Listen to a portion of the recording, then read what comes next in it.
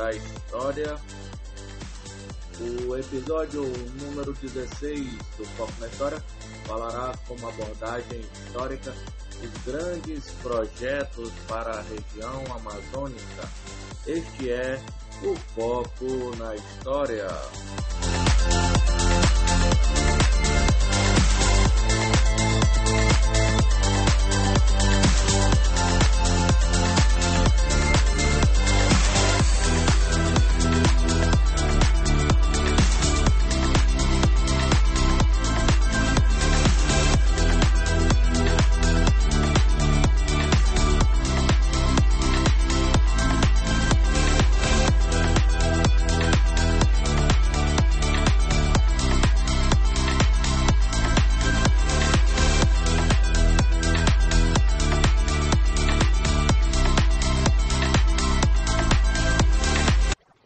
Olá, amantes da história. O nosso episódio número 16 falará sobre os grandes projetos na região amazônica.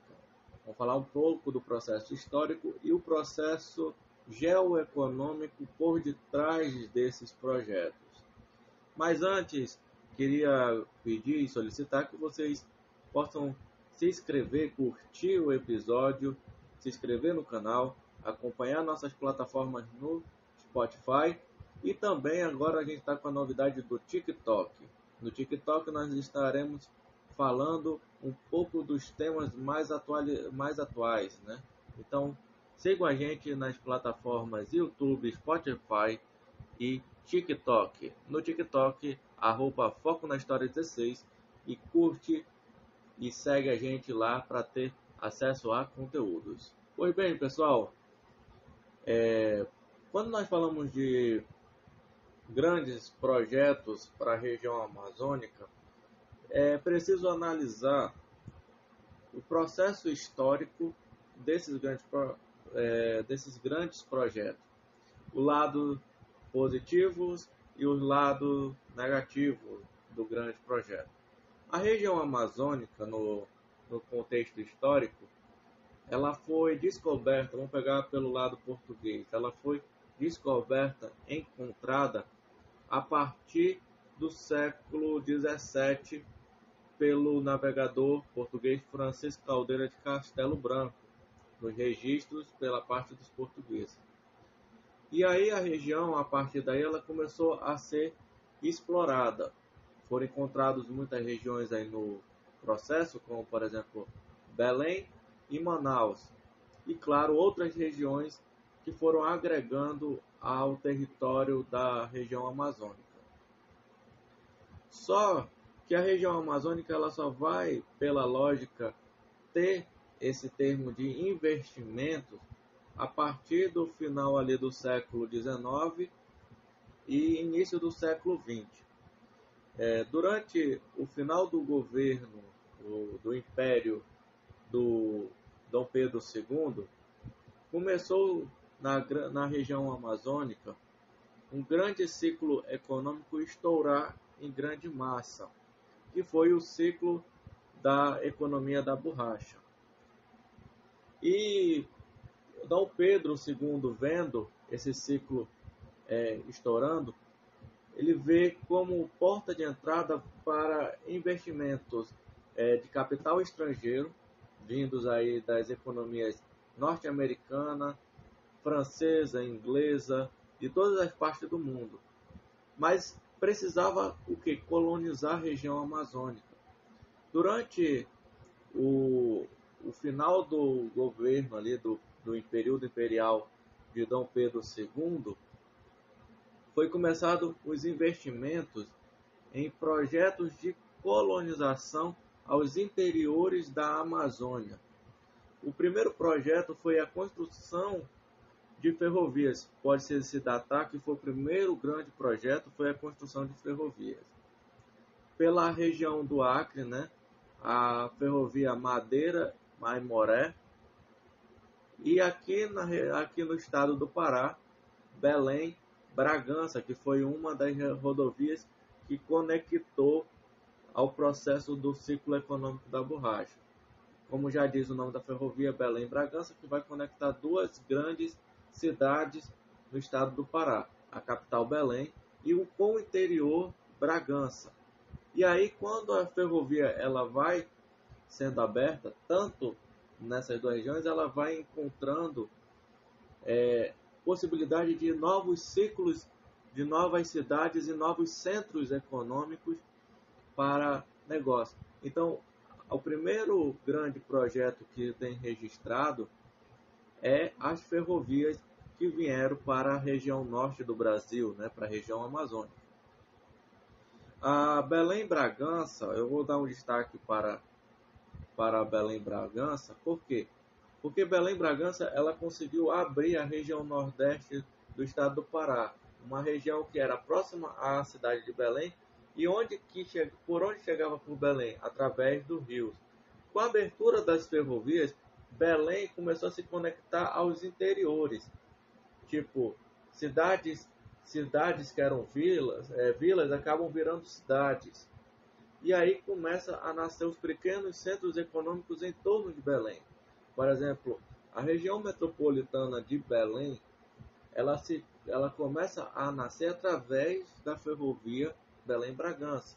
As cidades de Marituba, Ananindeua, que são ali as duas cidades que dão acesso a Belém, elas nascem através dessa conexão da ferrovia Belém-Bragança, que era com o intuito de levar pessoas, trabalhadores e, claro, mercadorias para a região da capital do estado do Pará, conectando aí a cidade de Belém. Madeira e Maimoré já era para fazer o que? A carga do produto principal, que era o látex da borracha. E aí, durante esse período, esse ciclo da borracha, que teve dois, eu acho que eu já expliquei em episódios anteriores, que o ciclo da borracha ela teve dois períodos. O grande ciclo que foi ali por volta do final da década no final da década do século XIX e início do século XX, onde a economia amazonense da região amazônica cresceu com o crescimento desse ciclo. E o segundo foi quando o mundo ficou praticamente aí numa guerra e as conexões com outras regiões que produziam o látex acabaram se fechando, e volta o ciclo a partir ali no período da guerra, né, da Segunda Guerra Mundial, e a economia volta dentro da região, a produção volta a crescer. E a partir disso, né, após disso, né, nós vamos ter outros processos. Eu falo que as ferrovias, né, que eu mencionei, Belém e Bragança, foi o primeiro investimento em projetos para a região amazônica, porque vinham com o intuito de abrir a economia, de explorar a economia amazônica e, claro, foi o primeiro processo integrador de trazer pessoas para habitar a região amazônica, que até o século XIX era uma região extremamente desconhecida pela capital federal de época, que era o Rio de Janeiro. E esse problema da Amazônia ser uma região extremamente inexplorada, né, desconhecida, ela vai seguir durante todo boa parte do século XX. A região amazônica, nesse período da borracha, ela vai ter um processo de exploração, mas ela não vai ser tão forte quanto a partir do governo Juscelino Kubitschek, que é o projeto de integração da Amazônica com o restante do Brasil. Juscelino Kubitschek, a partir que ele assume o seu poder, o poder do Brasil, ele cria a ideia de modernização do Brasil, e ele fez: nós vamos criar uma capital federal no meio do centro-oeste brasileiro. E Brasília se instala no meio e seria um ponto de ligação para todo o Brasil. Então, Brasília saberia o que estava acontecendo no norte, no Sudeste, Nordeste e Sul. E aí, primeiro grande projeto que vai chegar, primeiro avanço que vai chegar para a região amazônica é a construção de uma rodovia chamada BR Belém-Brasília, ou, bora pegar em marcos geográficos, BR-010. Essa BR ela vai conectar Belém à capital federal, Brasília. Vai ser um grande projeto que vai aí construindo aí durante boa parte do governo JK, que vai interligando a capital com a região norte. E aí isso demonstra o quê? Que o Brasil ele agora está todo interligado através de um sistema terrestre de rodovias. Com a construção da Belém-Brasília, o governo ele pode ter mais facilidades para saber como está a situação da região norte. Porque antes as informações elas chegavam muito atrasadas. Tipo, vinha ou de barco ou vinha de ferrovias que encaminhavam certos postais. Então era uma questão demorada, de telégrafo, enfim. Uma informação que era para ser de imediato chegava atrasada. Então agora, com a construção, com essa interligação da capital Brasília com Belém, vai ter uma noção do que vai ser que Brasília vai ter sobre a região amazônica. Durante o governo do Juscelino Kubitschek vai ter criado o sistema de monitoramento da Amazônia, que vai ser a criação da Superintendência de Plano de Valorização Econômica da Amazônia, que é o SPEVIA. Ele vai elaborar o primeiro plano de desenvolvimento em 1955. Esse plano de desenvolvimento da região amazônica vem com o objetivo de criar um centro econômico dentro da Amazônia. Tipo, a Amazônia não vai mais depender de bancos nacionais para poder circular. Vai ter um centro econômico que já vai poder financiar os projetos que vão vir para a Amazônia a partir daqui. O Centro de Monitoramento da Amazônia seria a criação de uma base militar para monitorar como está o andamento da Amazônia, como está a exploração, como está, quais são os pontos que dá para investir em comércio. Então, esse monitoramento também vai ser criado durante o governo do JK para poder a Amazônia ter uma visão do que é a região amazônica e dá para aproveitar da região amazônica. Porque, como eu falei, vocês se lembram que eu falei lá das ferrovias, que a Amazônia é um desconhecido, para o Juscelino Kubitschek também, porque é uma região também pouco explorada. Também durante o seu governo, ele cria a ideia de integração da Amazônia. Para quê? Para não integrar, para não entregar para o capital estrangeiro, para não entregar para as nações rivais, para explorar a Amazônia brasileira. Então, o objetivo do Juscelino é isso. Durante o início do governo, no final do governo do Juscelino Kubitschek, é criado o projeto de lei para a criação da Zona Franca de Manaus. O que é essa Zona Franca? Seria uma região dentro ali de Manaus que integrariam várias indústrias do mundo inteiro. Tudo que era produzido na Amazônia ia para a capital do estado do Amazonas, Manaus.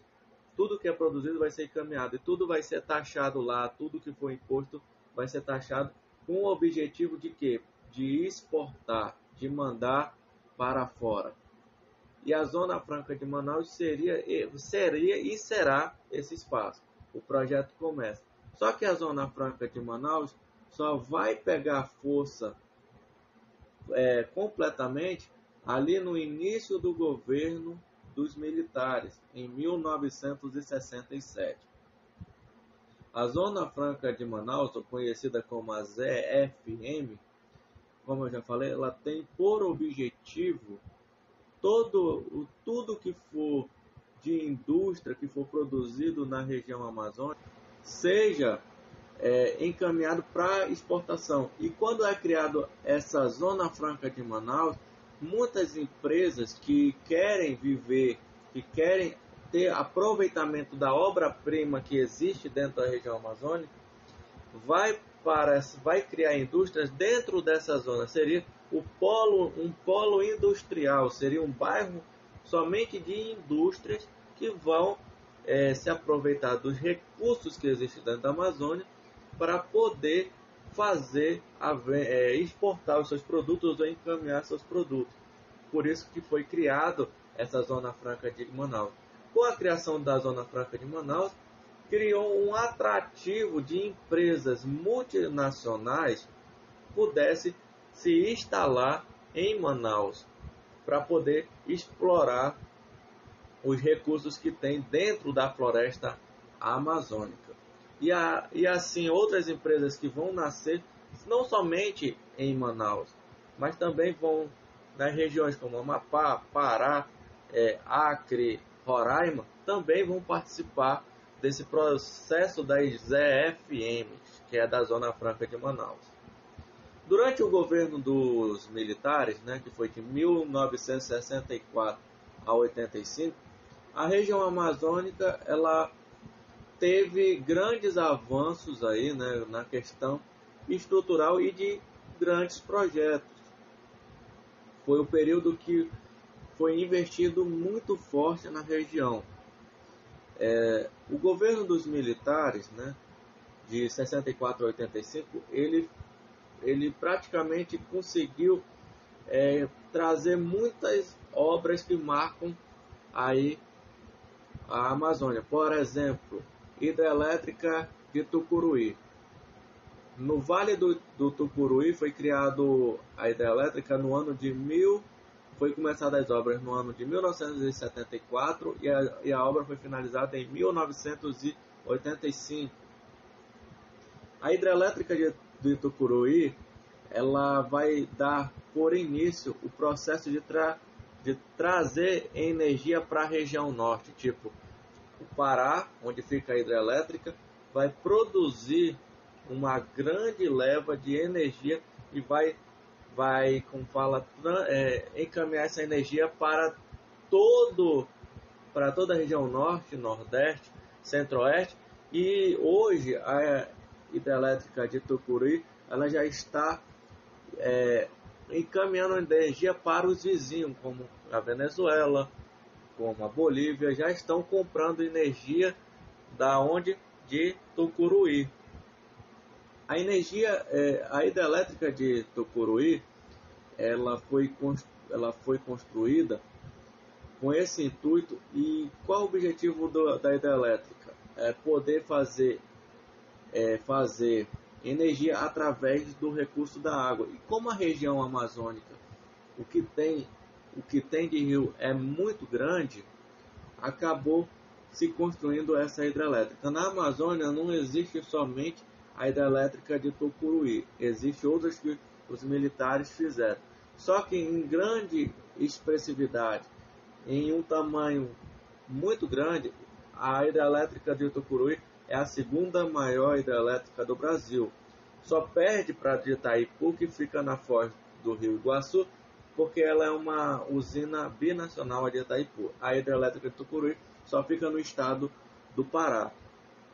A hidrelétrica de Tucuruí ela foi responsável também do nascimento de uma empresa estatal chamada Eletronorte. A Eletronorte ela vai ser a responsável de controlar a manutenção da hidrelétrica de Tucuruí, da expansão voltaica da hidrelétrica de Tucuruí para as regiões do Pará e da Amazônia. Durante o governo também dos militares, eles vão criar 2 rodovias para a região. A primeira rodovia vai ser a Cuiabá-Santarém, como já diz, a famosa BR-163. Essa BR ela vai conectar Cuiabá, que fica no centro-oeste, com o município de Santarém, que fica no estado do Pará. Essa rodovia ela vai ter como objetivo expandir a economia agropecuária que existe nessa região, ali de Cuiabá, ali da região ali do Mato Grosso, com a parte agrária da pecuária que existe aqui no estado do Pará e vai conectar ao município de Santarém. É só uma informação, né, esqueci de falar, que durante o governo do JK, com a criação da rodovia Belém-Brasília, a Belém-Brasília ela foi uma das maiores responsáveis de trazer e nascer novos municípios. Durante a criação de Belém-Brasília, municípios foram nascendo. Por exemplo, o maior deles é Paragominas, no estado do Pará, que nasceu ali quando a rodovia nasceu.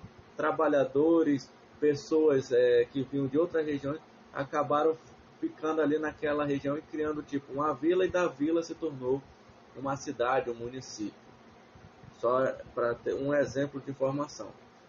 A a Cuiabá-Santarém também vai ser responsável por isso. O foco da Cuiabá-Santarém também, mais à frente, ela vai vir para outro grande projeto que vai vir para a região amazônica, que vai seguir dentro dessa lógica do roteiro.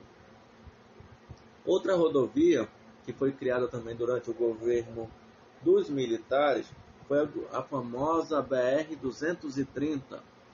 Essa BR-330, conhecida também como Rodovia Transamazônica. A Rodovia Transamazônica, em extensão, ela liga o Nordeste com o Norte do Brasil. E é uma das maiores rodovias que existe no nosso país.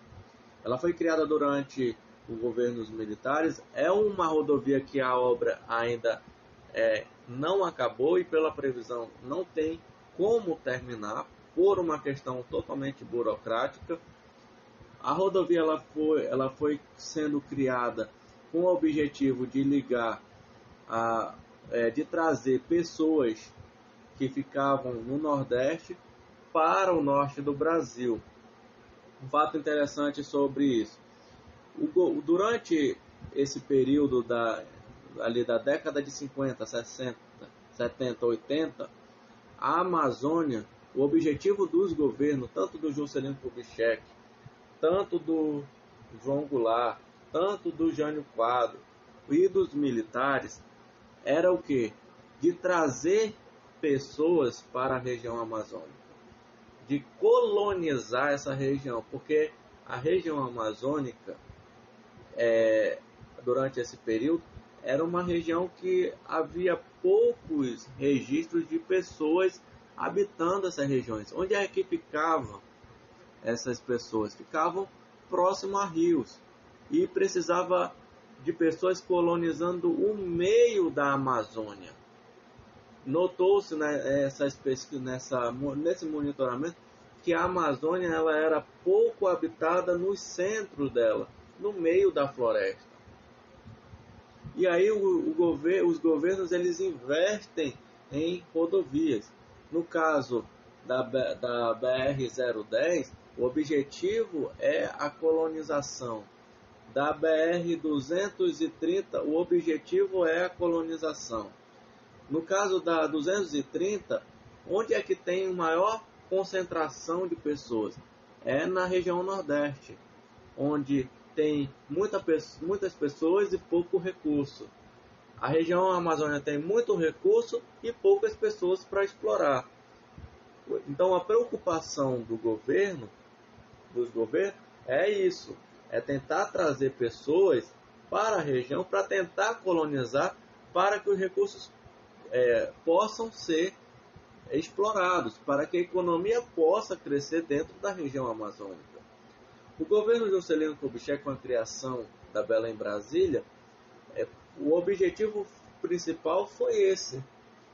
Foi de quê? Tentar conectar a Amazônia com a capital, mas também de poder trazer pessoas para conhecer a região. A criação do projeto da Zona Franca de Manaus foi com o objetivo também de criar empregos para a região amazônica, para trazer atrativos das pessoas que vinham de outras regiões do Brasil, que estavam em outras regiões, para vir morar na região amazônica. Então, as rodovias elas foram fundamentais para que o processo de colonização da Amazônia pudesse avançar. Eu vou voltar lá atrás com as ferrovias, né? Belém, Bragança, Madeira, Maimoré, que essas ferrovias, o objetivo do governo era tentar o quê? Tentar explorar a economia, tentar trazer pessoas, tentar colonizar regiões que não estavam, mas durante os governos que eu já mencionei, o avanço, o crescimento populacional da Amazônia foi muito grande. Um outro grande projeto que vem acontecer vai ser o estouro do garimpo de Serra Pelada em Canaã de Carajás. Esse garimpo ele pega como um episódio histórico, mas desse episódio histórico ele vai ocasionar do nascimento de investimentos em metais preciosos para a região, investimentos ali no Vale de Serra Pelada, lá em Canaã, nos Carajás, né? O garimpo de Serra Pelada ele vai estourar ali no início da década de 80, quando começa, através ali na região de Canaã e Carajás, encontrar muita pepita de ouro, muito ouro.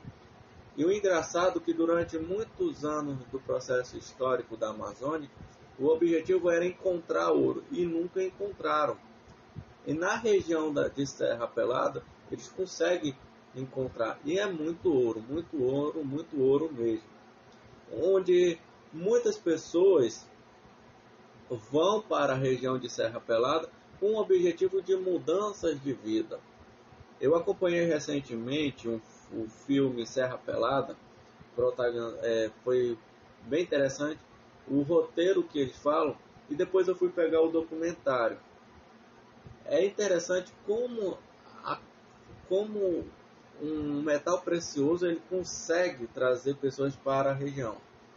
E graças ao estouro do garimpo de Serra Pelada, grandes empresas como a Vale do Rio Doce e outras empresas multinacionais vêm para a região e praticamente assumem a operação em Canaã do Carajás e começa o processo de exploração da região de Serra Pelada ou de Canaã de Carajás. A Vale, o pessoal da Vale acabam criando também ali na região tipo uma cidade, um bairro, que é muito interessante também. E graças ao estouro de Serra Pelada, vem empresas do ramo aurífero tentar explorar aquela região e, claro, gerando empregos a trabalhadores ali daquela região. Aqui na Amazônia tem uma criação de um sistema econômico, vai ser criado o Banco da Amazônia, o pessoal chama de BASA. Esse Banco da Amazônia ele tem como objetivo encaminhar dinheiro para os financiamentos que vão vir para a região amazônica, com o objetivo de que você quer abrir uma empresa na região amazônica, tem um banco que vai facilitar. Quem é esse banco? É o famoso Banco da Amazônia. E após o governo dos militares, né, a Amazônia ela continua seu processo de grandes projetos. de grandes projetos em massa, né? Um dos grandes projetos pós-governo militar vai ser a criação da usina de Belo Monte. A usina de Belo Monte, ela foi um projeto que começou ali depois, em 86, foi criado vários estudos na região ali da região de Vitória do Xingu, ali onde fica o rio Xingu, e descobriu que ali teria uma possibilidade de um crescimento de uma usina. Essa usina de Belo Monte, quando criaram o projeto, viram a possibilidade dela barrar em números volumétricos, em potência, a usina de Tucuruí. E aí, vários estudos. Só que a usina de Belo Monte, desde 1986, 87, ficou esse estudo. Mas a partir do final ali da década de 90, virando o milênio, né, para os anos 2000, a usina começou o projeto, começou os investimentos e, claro, gerou no seu processo de construção vários protestos daquela região. Por exemplo, civilizações indígenas seriam extremamente abaladas naquela região. A usina foi construída a partir de 2007, começaram as escavações do potencial, e hoje já estão botando em funcionamento uma parte da usina para funcionar. E aí a usina ela já está desafogando um pouco da hidrelétrica de Tucuruí. Esse é um dos grandes projetos que tem aqui na região de momento. O que eu queria agora falar um pouco dos grandes projetos é que os grandes projetos têm por objetivo trazer para a região amazônica um processo de colonização e também um processo de investimento na região. Então, durante esse período que eu falei aqui de grandes projetos, desde as criações das ferrovias, desde da criação das rodovias, de um sistema de monitoramento, um sistema financeiro, um sistema industrial, uma criação de uma zona franca de Manaus, de usinas e, claro, de investimentos em metais preciosos na Amazônia. E qual é o objetivo disso? É a colonização, é o investimento na região amazônica. Durante boa parte, os colonizadores que chegaram aqui queriam ver um potencial para essa região. Só que devido à limitação e entre outras coisas não conseguiram. A partir do final do século XIX, viram essa ideia de que a Amazônia ela precisava ser colonizada porque precisava de recursos, precisa saber o que tem dentro da Amazônia para poder ser investido. Hoje a gente já sabe que a Amazônia ela tem muita coisa, principalmente a Amazônia brasileira. Dá para se explorar desde das coisas naturais, desde as coisas subterrâneas que existem, no caso, muita reserva de ouro. Mas a região amazônica ainda ela é muito deficitária de mão de obra, principalmente de pessoas para morar na região amazônica. A região amazônica, durante o seu processo histórico, a maior dificuldade que tem é pessoas. Eu vou pegar um texto da professora Franciane Gama Lacerda, que fala sobre o período da ferrovia Belém-Bragança. A maior preocupação que existia do governo imperial, né, era isso, de que a região amazônica só tinha concentração próximo aos rios, mas o centro não existia. Por isso que antes da construção da ferrovia Belém-Bragança, o governo de Dom Pedro II, né, do imperador Pedro II foi o quê? De investir em núcleos agrícolas próximos à capital Belém. Tipo, vou criar os núcleos agrícolas conforme abre a ferrovia e os núcleos agrícolas vão sendo criados. Primeiro vem os núcleos agrícolas, depois vem a ferrovia para a gente poder integrar com a economia. O primeiro passo foi esse. E foi o primeiro ciclo de vinda de migratório para a região, foi através desse sistema das ferrovias. Foi durante o período do ciclo da borracha, quando veio muitos migrantes nordestinos para a região amazônica, principalmente para a região nordeste do estado do Pará. Durante o governo JK, viu que o processo de colonização da Amazônia ainda estava muito baixo. Não adianta querer colonizar somente usando desses recursos, como foi mencionado aqui através das ferrovias. Precisa avançar muito mais. Como é que nós vamos avançar? Como é que nós vamos conectar? Vamos criar uma rodovia. Qual o objetivo dessa rodovia? Conectando a capital federal com a capital do estado do Pará. É com o objetivo de criar um centro econômico, um centro de mão de obra, para que a população possa povoar a região.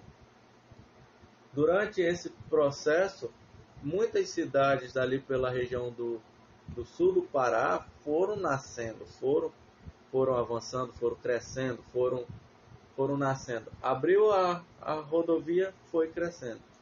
Com a criação da rodovia 230, qual era o objetivo da criação dessa rodovia da Transamazônica? Era conectar o Nordeste ao norte do Brasil. Por isso que quando você pega o mapa, ele sai de uma cidade paraibana e vai chegar numa cidade amazônica. Mas o objetivo do papel principal da Transamazônica era conectar até a fronteira com a Bolívia. Só que é empacado e para na cidade lá do Amazonas, uma cidadezinha que agora esqueci o nome.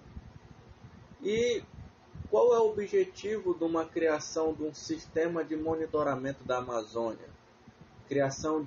Precisamos monitorar a Amazônia. É para ter o controle da Amazônia em mãos.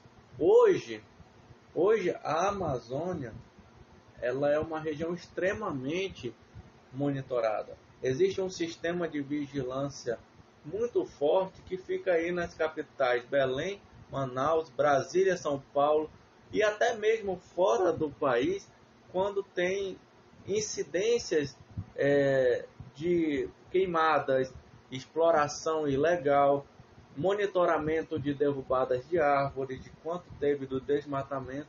Tudo isso o sistema de monitoramento da Amazônia faz.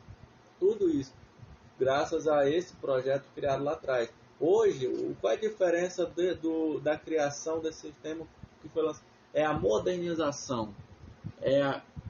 Tipo, quando foi criado o sistema era um e agora nós temos um sistema extremamente modernizado. Qual é o objetivo da criação num plano de valorização econômica, no caso um SPEVIA, ou no caso um banco da Amazônia? É com o objetivo de que o governo está querendo abrir um banco para investir, para vocês poderem investir nessa região. Nós precisamos que tenha empresas aqui na região amazônica para poder ter o crescimento dessa região, porque São Paulo, Rio de Janeiro, Rio Grande do Sul, até mesmo o Centro-Oeste, está extremamente abarrocada de empresas. Nós precisamos de explorar aquela região e precisamos de empresa próximo dessas regiões. Por isso que vamos precisar criar uma zona franca de indústrias, a famosa Zona Franca de Manaus. Quer dizer, o processo histórico está conectando criação de uma rodovia, criação de uma zona industrial como a Zona Franca de Manaus. E o que eu preciso para manter esse projeto, esses grandes projetos fortes, eu preciso de uma criação das usinas, principalmente a usina hidrelétrica de Tucuruí, que vem com o objetivo nada mais nada menos do que alimentar os grandes projetos, as indústrias da Zona Franca de Manaus, o processo da Vale do Rio Doce na região de Canaã do Carajás, na região de Marabá. Tá entendendo? Quer dizer, tá tudo integrado. Todo esse processo da uma criação de 2 usinas na região ali na região do estado do Pará. Para quê?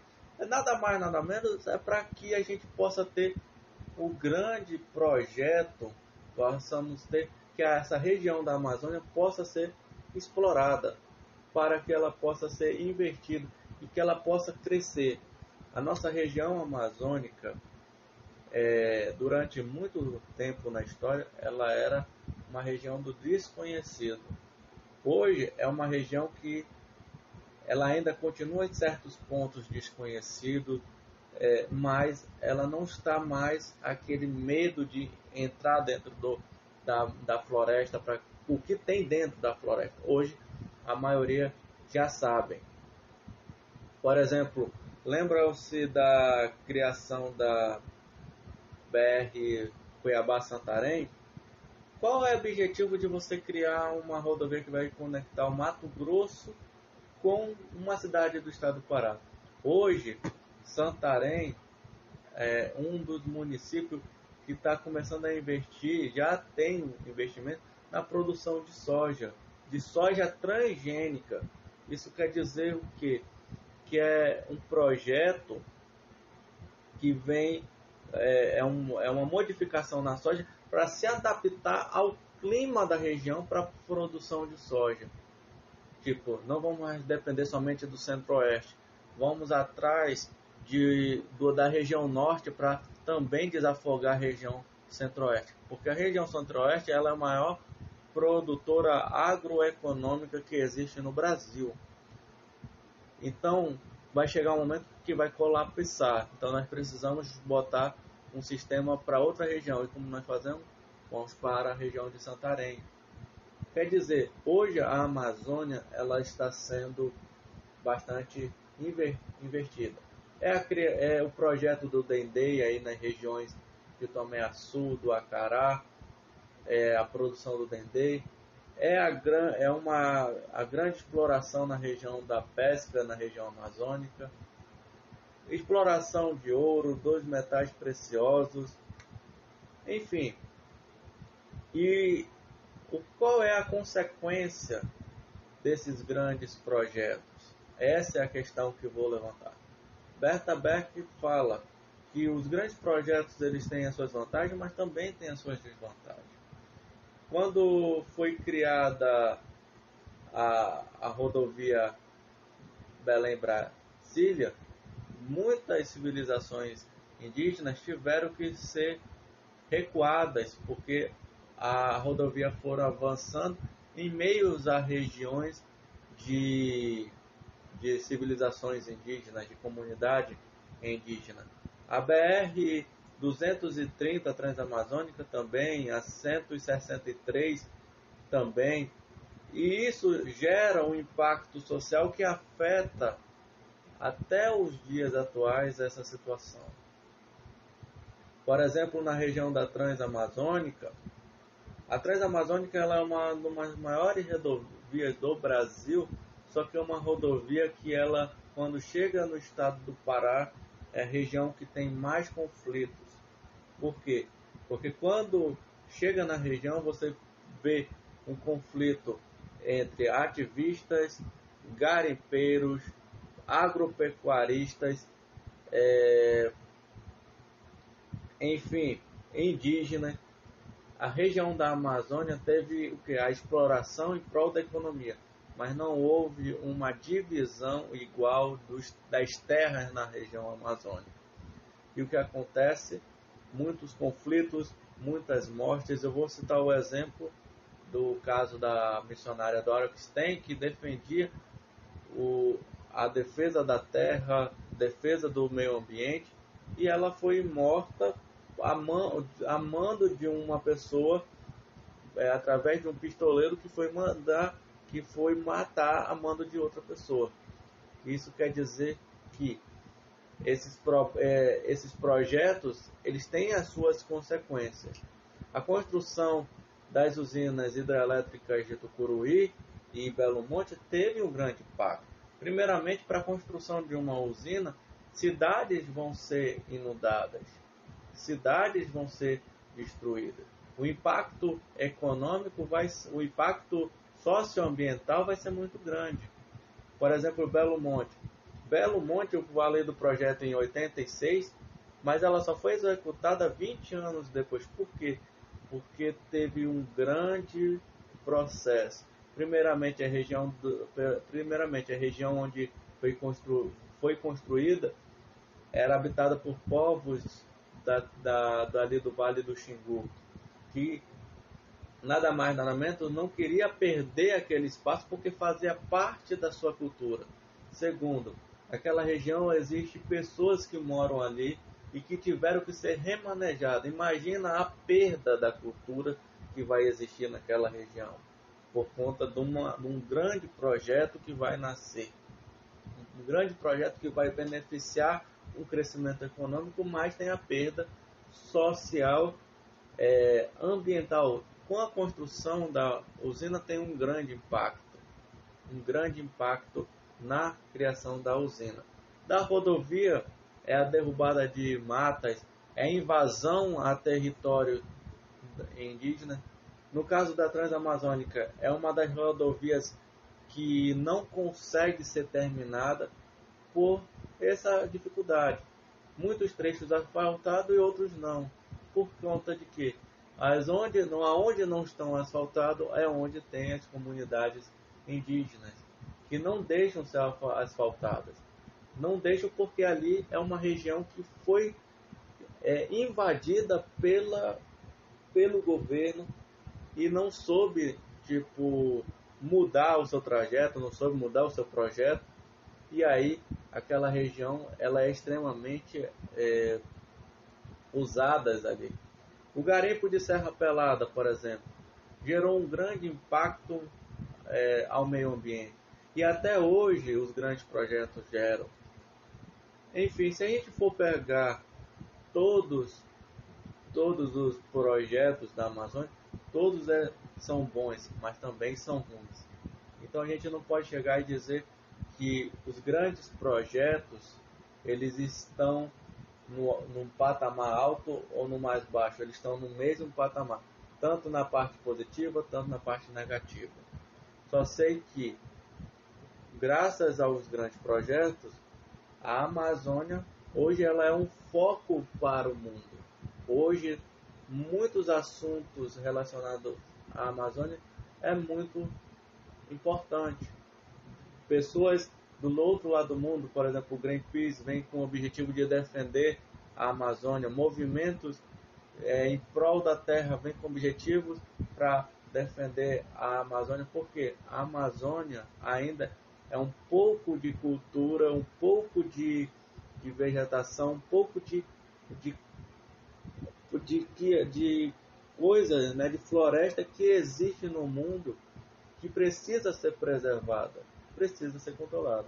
Só que com o avanço dos grandes projetos, com o crescimento dos grandes projetos e a exploração desenfreada, a questão da madeira na região, o avanço da agropecuária na região, a Amazônia ela está se deixando de ser uma grande mata, uma grande floresta, e se tornando uma região igual às outras, igual São Paulo, totalmente explorada, e muitos que moram na região perdendo as suas culturas.